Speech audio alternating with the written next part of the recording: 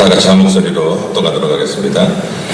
백성의 지도자들은 예루살렘에 거주하였고 그 남은 백성은 제비 뽑아 10분의 1은 거룩한 성 예루살렘에서 거주하게 하고 그 10분의 9는 다른 성읍에 거주하게 하였으며 예루살렘에 거주하기를 자원하는 모든 자를 위하여 백성들이 복을 빌었느니라. 아멘. 오늘은 복받을 만한 사람들이라는 제목으로 말씀을 증거하겠습니다. 우리 앞뒤 좌우로 인사 한번 하겠습니다. 주의 이름으로 환영합니다. 사랑합니다. 주여 환영합니다. 사랑합니다. 오늘은 정말 특별한 날입니다. 우리 한인성교회가 창립 30주년을 맞아서 드리는 감사 예배를 드리는 귀한 날입니다. 이렇게 찾아주신 또 우리 성도님들과 또 많은 분들에게 진심으로 감사를 드립니다. 오늘 말씀에 앞서서 느헤미야에 대해서 잠시 말씀을 드리겠습니다. 느헤미야는 어떤 분일까? 그 느헤미야에 대해서 알 수 있는 구절은요, 느헤미야서 1장 1절에 이렇게 나옵니다. 하가랴의 아들 느헤미야의 말이라. 그러니까 느헤미야는 하가랴의 아들이라는 것입니다. 그를 알 수 있는 모든 거에 하나가 그냥 느헤미야는 하가랴의 아들이다. 이것이 느헤미야의 배경을 알 수 있는 모든 성경 구절입니다. 그러나 아마도 그의 할아버지 때 이 예루살렘 성이 함락되었고 그는 할아버지와 온 가족들이 아마 바벨론으로 포로로 잡혀갔을 것입니다. 그러므로 느헤미야는 포로로 바벨론에서 태어난 사람이 바로 느헤미야입니다. 그러니까 포로로 잡혀가서 거기서 태어난 2세입니다. 그가 가진 어떤 영특함과 그리고 인격과 그리고 어떤 가능성과 여러 가지 자질로 말미암아 이방 나라에서 포로의 신분으로 태어났음에도 불구하고 상당한 출세를 하게 됩니다. 1장 11절에 보니까 그가 뭐라고요? 그때 내가 왕의 술관원이 되었다. 이 공식적인 직함은요 술관원이었습니다. 술관원. 여러분 술관원이라 얘기하니까 좀 술? 그렇게 들리실지 몰라도 이 술관원은 대단한 사람입니다. 맨 처음에 왕이 술을 먹기 전에 이 술관원이 맛을 봅니다. 그런 다음에 독이 탔나 안 탔나. 왜냐하면 그 당시에는 독으로 이렇게 음해하는, 죽이려는 일들이 많았기 때문에 이렇게 술관원이 먼저 마시고 그 다음에 그 모든 사람들 주위에서 그 어떤 나라에 대해서 이렇게 이야기를 나누며 국사를 논의하기도 하는 그런 아주 중요한 직책이 바로 술관원입니다. 지금 시대에 유사한 직책을 찾는다면 아마 왕의 비서실장 정도 되지 않을까 생각을 합니다.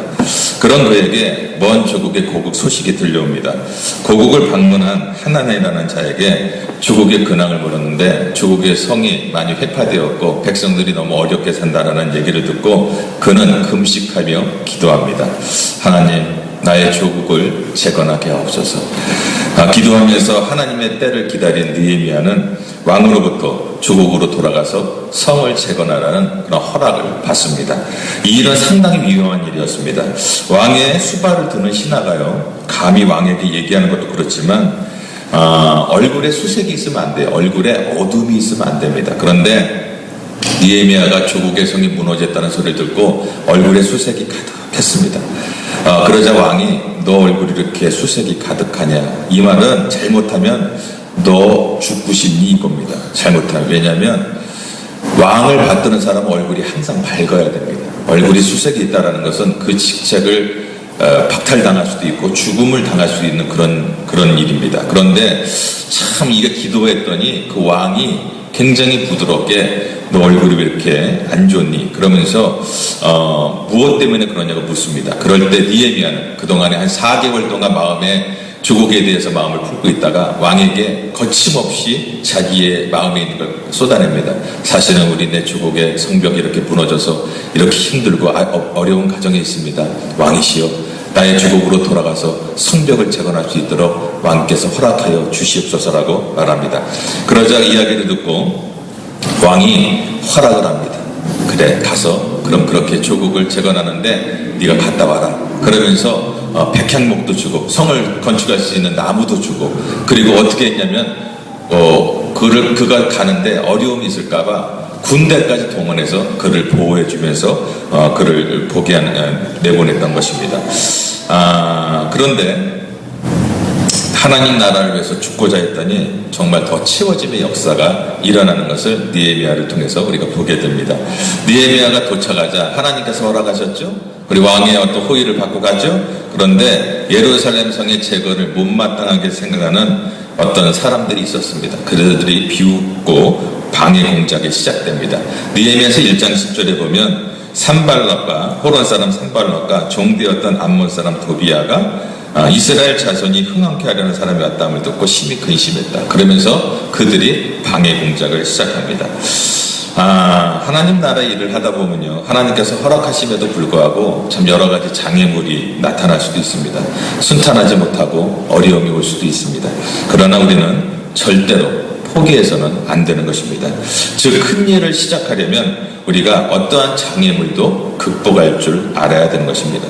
뭔가 큰 일을, 하나님의 일을 시작하려는 사람에게 산발락과 도비아 같이 무슨 일이나 반대하고 부정적인 사람이 어디에든지 있다는 것입니다. 사단들은 이러한 사람들을 통해서 우리를 공격합니다. 반대는요, 안에서도 있을 수 있고 밖에서도 있을 수 있습니다. 그래서 개척자는 항상 고독을 감수해야만 되는지 모르겠습니다. 꿈이 없는 사람들은요, 변화되기를 두려워합니다. 그러냐, 아무 탈 없이 살아왔는데 그냥 살자. 그런데 개척자는 이 고독을 좀 즐길 줄 알아야 됩니다. 처음으로 비행기가 하늘에 날던 날 많은 사람들이 비웃었습니다. 이 비행기가 59초 만에 떨어졌습니다. 얼마나 많이 비웃었겠습니까? 사람이 난다고 웃기고 있네. 떨어졌습니다. 그러나 그들의 비웃음과 경멸함을 받으면서도 불구하고 계속적으로 그들은 실험을 했기 때문에 우리가 지금 얼마나 많은 사람이 혜택을 받고 있습니까? 하나님께서는 저와 여러분에게 큰 꿈을 갖고 계십니다. 그 큰 꿈과 비전을 품길 원합니다. 아멘. 그리고 우리가 힘을 합쳐서 그 일을 해나가기 원합니다. 성전이 재건되었습니다. 유다에 남았던 백성들과 함께 다시 이제 성전을 재건합니다. 모두 한 마음으로 정말 열심히 한 결과 52일 만에 성전이 재건되는 놀라운 역사와 기적이 일어나게 되었습니다. 참, 말씀을 보면서 서로가 하나가 되어서 할 때 기적적인 일이 일어난다는 것입니다. 오늘 본문 11장 그리고 12장 이쪽 내용은요, 성벽을 건축한 후에 숨가쁘게 돌아가는 역사의 틈바구니 속에서 어떤 새로운 역사의 흐름을 만들어냈던 사람들의 이름을 호명하고 있습니다. 위대한 일을 이루는 사람일수록 여러분, 다른 사람의 공로는 잘 드러내지 않습니다. 자기가 잘났다는 거지. 대부분 그렇습니다. 그러나 느헤미야는 참으로 위대한 일을 했음에도 불구하고 자기 이름은 다 빠지고, 그리고 그를 도왔던 사람들의 이름을 호명하고 있는 것입니다. 느헤미야는 쉽게 잊혀질 수 있는 무명령들의 역할에 대해서 느헤미야를 읽다 보면요, 문자가 하나 단 사람 이름까지 지면을 할애하면서 기록하고 있습니다.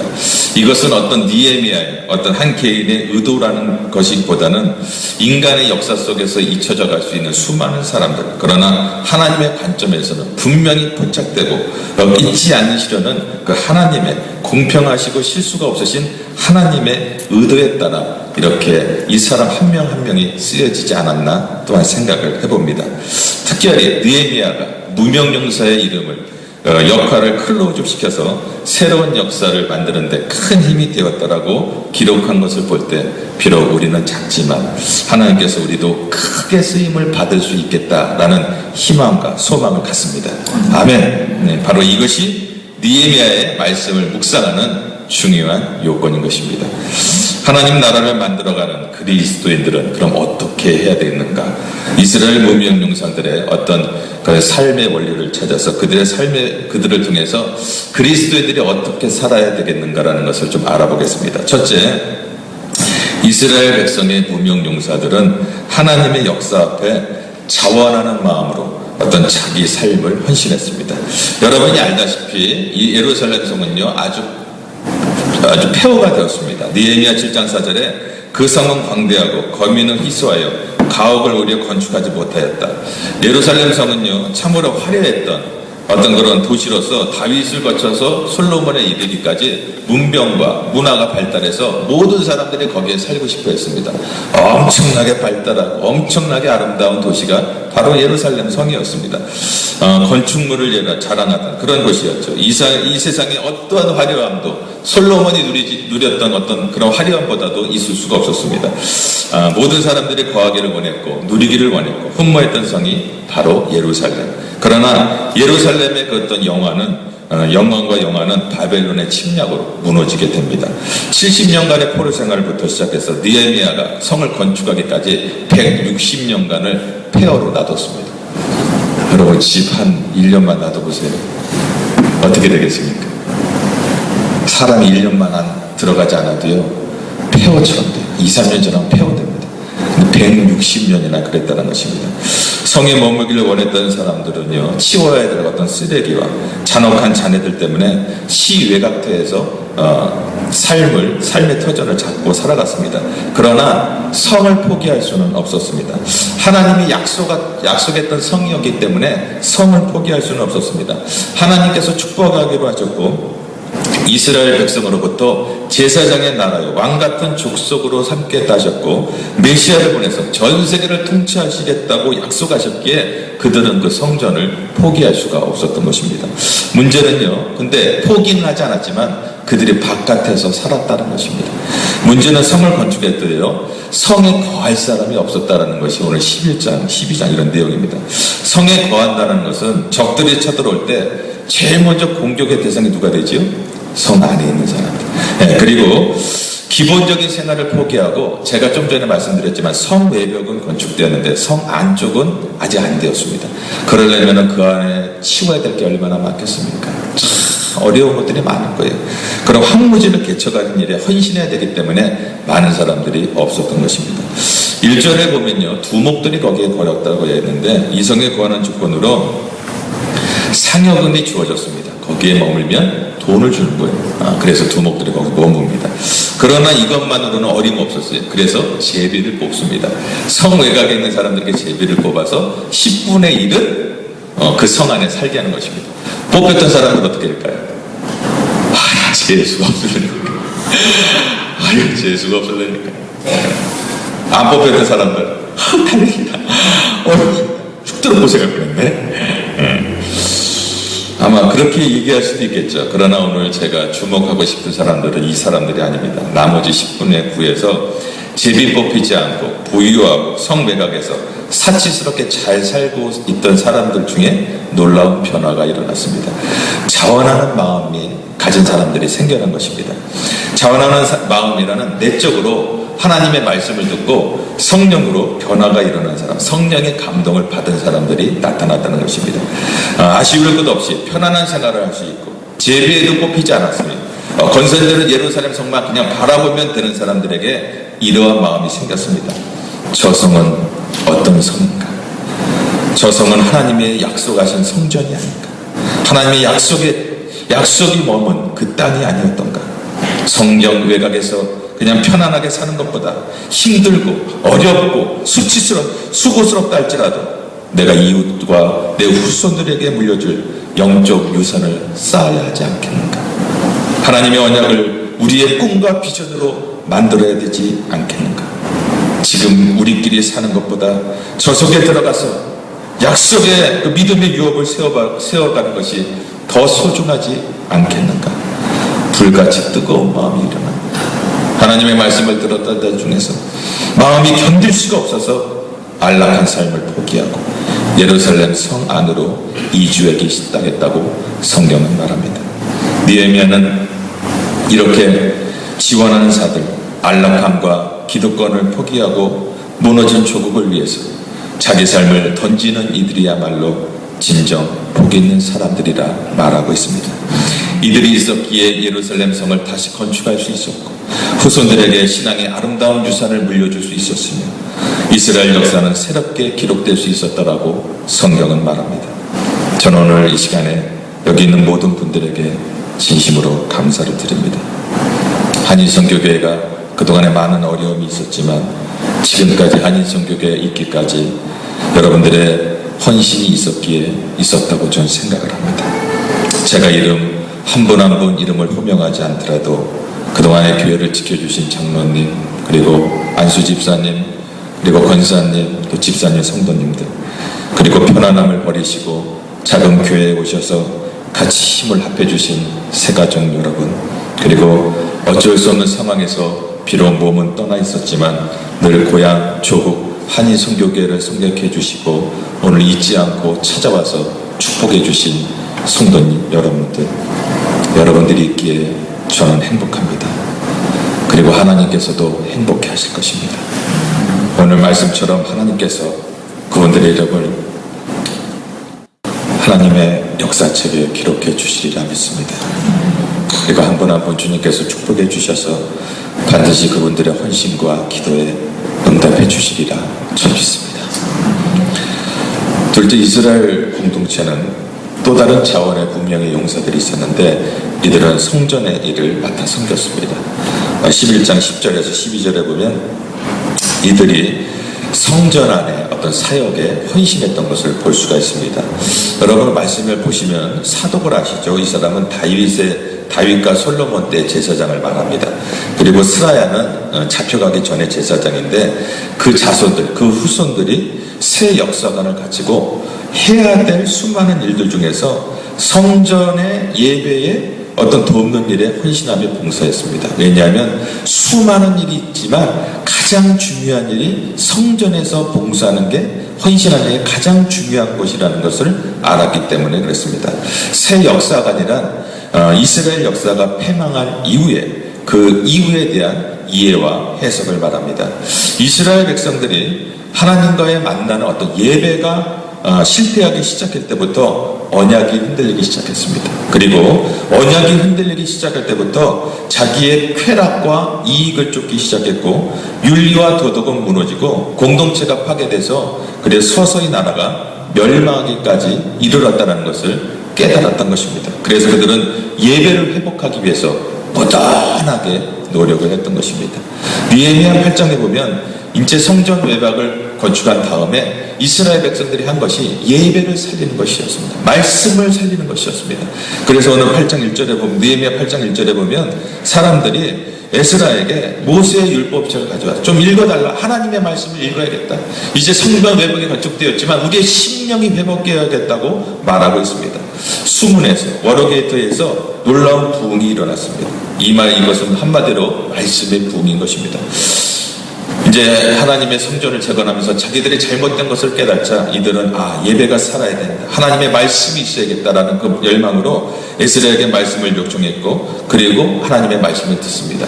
우리 같았으면 모르겠어요. 어떤 사람은 성전이 재건되고 우리도 이제 앞으로 10년 후에 이렇게 우리가 이제 성전을 건축해서 탁 봉헌할 때 목사님 이제 성전도 건축됐으니까 우리 축제합시다 이러는 것이 아니라 이들은 목사님 우리에게 하나님의 말씀을 들려주십시오. 건축되었지만 가장 중요한 건 예배입니다 라고 그들이 말하고 있는 것입니다. 이스라엘 백성들에게 하나님의 말씀을 들려달라고 에스라에게 말하자 8장 3절에 보니까 6시간 서서 말씀을 전하는데 백성들도 서서 들어요. 참 대단합니다. 새벽 6시부터 오후 12시까지 아무것도 안 하고 성경 봉독만 하는 거예요. 제가 지금 여러분들에게 6시간 같이 서서 성경을 그래 한번 봉독해 봅시다 그러면은 저는 우리 한인성교회 성도님들은 6시간이 아니라 12시간이라도 마음을 다해 들을 줄 믿습니다. 그런데 쉬운 건 아니에요. 사실 사도신경만 하고 서서히 들어 다리가 아프고 안고 싶고 그런데 쉬운 게 아니라 이 정도만 끝나면 되는 줄 알았는데 이스라엘 백성들은 얼마나 말씀을 사모했던지 8장 13절 그 이튿날 또다시 나와서 말씀을 읽어달라고 합니다. 저도 우리 성도님들이 그럴까봐 겁나요. 그 이튿날 또 와서 또 해달라는 거예요. 6시간을 계속 이것이 바로 예배의 회복이요 부흥인 것입니다. 이 진리의 말씀이 내 영혼 속 깊은 곳에 건드려지지 않고서는 내 영혼이 결코 새로워질 수 없다라는 사실을 발견하고 이 진리의 말씀을 향해서 비틀거리면서 향해 달려가는 그런 어떤 행렬, 이것이 바로 부흥인 것입니다. 이러한 행렬이 우리 교회에 넘치기를 바랍니다. 넘쳐질 것입니다. 비록 우리는 교회는 작은 인원이지만 우리는 예배를 살려야 된다. 그래서 새벽 기도, 참 여기에 와고 돈이 없어요. 참 어려운 가운데 우리 장로님과 그 여기 있는 장로님을 만났어요. 우리 새벽 기도 좀 해달라고 해달라고. 그 전에 기도를 많이 했습니다. 하나님 기도하고 싶어요. 예배를 살리고 싶습니다. 그리고 장로님을 만났더니 여기 있는 캠이라는 장로님을 만났더니 그러는 거예요. 2달 동안 너희들은 럭키하다. 그때 여기 여러분 알다시피 여기서 선거 해가고 여기 본부였잖아요. 렌트를 많이 해서 교회가 이게 돈이 많이 들어왔습니다. 그래서 그런지 몰라도 여기가 렌트가 많았기 때문에 지금은 돈 안 내도 된다. 2달 후에 2달 하고 그 다음에 나중에 성도들이 새벽에 나오는 거 봐서 너희들이 교회 부흥하는 거 봐서 돈을 내라. 1시간에 50불인데 그거를 이렇게 그냥 프리를 해준 거예요. 저는 그 장로님이 그 사실을 계속 잊길 바랍니다. 계속 잊고 우리가 새벽 기도를 했으면 좋겠다. 금요예배를 드립니다. 예배를 살아야 됩니다. 여러분 금요예배 한번 와서 보십시오. 비록 6, 7명 앉아 계시지만 우리는 5,000명, 10,000명 되는 것처럼 집회를 하고 있습니다. 우리 전도사님이 코스타에서 찬양 인도하시는 전도사님이에요. 비록 보통 하면 1,000명, 2,000명 하는 데서 찬양 인도하는데 저는 5명, 6명 앉아놓고 그렇게 열심히 하는 전도사 처음 봤어요. 땀을 흘려가면서 찬양을 합니다. 저도 설교를 하면서 진짜 한 5,000명 앉아있는 것 같이 설교를 합니다. 앞으로 그렇게 될 줄 믿습니다. 아멘. 예배 생명을 거는 것입니다. 이 예배가 살아야 우리의 영혼이 살아나고 교회가 부흥되기 때문에 오늘 본문처럼 이 예배의 기적을 무명의 용사들은 알았기 때문에 성전에 와서 그들이 섬기고 있는 것입니다. 저는 이 무명의 용사들이 여러분이 아닌가 생각을 해봅니다. 예배 때마다 안내로, 픽업으로, 찬양으로, 피아노로, 기도로 그리고 음식으로 준비해 주시고 헌신해 주신 성도님들. 며칠 전에 집사님께서 전화가 왔습니다. 목사님, 제가 새 가정을 픽업하고 싶습니다. 전화번호를 알려주세요. 제가 픽업하겠습니다. 이 마음이 제게 큰 힘이 됐습니다. 작은 것 하나 참 섬겨주신다고 참 교회가 너무 지금 좀 작아서 하나하나의 조그만 헌신이 이 목회자에게 얼마나 힘이 되는지 모릅니다. 감사합니다. 다시 한번 작은 것 하나하나 섬겨주신 여러분들에게 진심으로 감사드립니다. 셋째로는 무명 용사들 중에 기도하는 무리가 있었다라는 것입니다. 11장 17절에 보면 기도할 때 감사하는 말씀을 인도하는 자가 되었고 기도할 때 말씀을 인도하는 자가 되었다. 이렇게 딱 거꾸로 생각하면 지도자는 하나님 앞에 무릎 꿇는 자가 지도자가 된다는 것입니다. 하나님께서 한 가정의 지도자를 누구를 택하실까요? 돈 벌어오는 사람, 가장일까요? 아니면 나이 많은 사람일까요? 아니요. 주님은 기도하는 사람이라고 말합니다. 교회도 마찬가지입니다. 하나님 보시기에 그 교회 문제를 가지고 하나님 마음으로 기도하는 사람, 그 사람이 바로 교회의 지도자라고 말하는 것입니다. 하나님이 세우신 위치에서 분별하는 어떤 그 지도력도 있지만 저는 기도가 더 중요하다고 생각합니다. 그러므로 느헤미야는 기도하는 사람을 지도자로 세웠던 것입니다. 평범한 사람 눈에는 안 보이지만 기도하는 사람, 그 사람이 지도자가 되어야 되는 것입니다. 저는 우리 한인선교회가 지금까지 있기까지 기도하는 사람들이 있었기에, 중보자가 있었기에, 그리고 한인선교회가 지금까지 있었고 또 제가 여기에 있지 않나 저는 생각을 합니다. 사도 바울이 에베소서 4장과 5장에 말하기를 구원받은 백성들이 어떻게 살아야 되는가를 말하고 6장에서는 결론적으로 이 일을 하기 위해서는 영적 전쟁에서 승리해야 되는데 어떻게 영적 전쟁에서 승리해야 되는가? 기도로 승리해야 된다고 말합니다. 기도를 해야 승리할 수 있고 하나님의 자녀로서 살아갈 수 있다. 6장 10절에 보면 주 안에서 그 힘과 능력으로 강건해져라. 그 안에서는 바로 기도를 말하는 것입니다. 18절과 19절에 보면 사도 바울이 말합니다. 나도 기도하고 너희들도 나를 위해서 기도해달라고 말합니다. 나 이 사도 바울 같은 대가가 내가 기도하면 됐지 뭐 그게 아니고 기도를 해달라고 백성들에게 기도를 부탁하고 있습니다. 이것이 기도의 중요성입니다. 사랑하는 성도 여러분, 여러분에게 지금 영적으로 가장 영향력이 있는 사람이 누구입니까? 하나님께서 담임 목사인 저와 여러분을 영적으로 가장 가까운 데 묶어두셨습니다. 여러분의 영적 공급원으로 저를 세워주셨습니다. 또 저 또한 여러분들을 통해서 제가 하나님 앞에 사역을 평가받고 그리고 기쁨과 상급을 얻을 것입니다. 그렇다면 교회와 성도를 무너뜨리기 위해서 어둠의 영들이 가장 집중적으로 공격하는 사람이 누구일까요? 기도하는 사람이고 바로 저를 공격할 것입니다. 제가 엉뚱한 곳에 에너지를 낭비하도록 그리고 영적으로 성도들을 무장시키지 못하도록 그렇게 뒤로 물러나게 하고 저를 방해할 것입니다. 또 저와 여러분의 의사의 소통을 방해하고 하는 세력들이 더욱더 늘어날 것입니다. 그렇기 때문에 저와 여러분은 계속 기도해야 됩니다. 여러분은 담임 목사를 위해서 쉬지 않고 기도해 주셔야 됩니다. 우리는 지나온 세월보다 앞으로의 세월이 더 중요합니다. 교회가 부흥되면 부흥될수록 사단의 공격은 더욱더 거칠어질 것입니다. 그럴 때일수록 서로를 위해서 기도하고 쉬지 않고 기도함으로 승리하는 저와 여러분이 되기를 주의 이름으로 축원드립니다. 우리 옆에 있는 분과 기도 한번 인사하겠습니다. 기도로 승리합시다. 기도로 승리합시다. 말씀을 맺겠습니다. 성전 건축과 함께 예배가 회복되었고 이제는 성전에 주의 백성들로 가득 차게 되자 느헤미야는 이스라엘 백성들과 함께 감격의 이게 성벽 낙성시를 갖게 됩니다. 저는 오늘 이 30주년 감사 예배가 그것이 아닌가 좀 생각을 해봅니다. 12장 느헤미야 12장 27절과 28절 우리 다 같이 한번 읽어볼까요? 시작. 예루살렘 성곽이 공헌하게 되니 각처에서 사람들을 찾아 예루살렘으로 들여다가 감사하며 노래하며 세금치며 비파와 소금을 타며 즐거이 공헌식을 행하려 하매 이에 노래하는 자들이 예루살렘 사방들과 느도바 사람의 동네에서 모여오고 예루살렘 사람들만 모이는 것이 아니었습니다. 각처에서 모였기 때문에 민족의 축제가 될 수가 있었습니다. 이런 축제가 될 수 있었던 것은 성벽 건축을 시작할 때 백성들이 마음을 모았기 때문에 이렇게 건축할 수가 있었습니다. 처음부터 고생을 같이 했기 때문에 지금 같이 기뻐할 수 있었던 것입니다.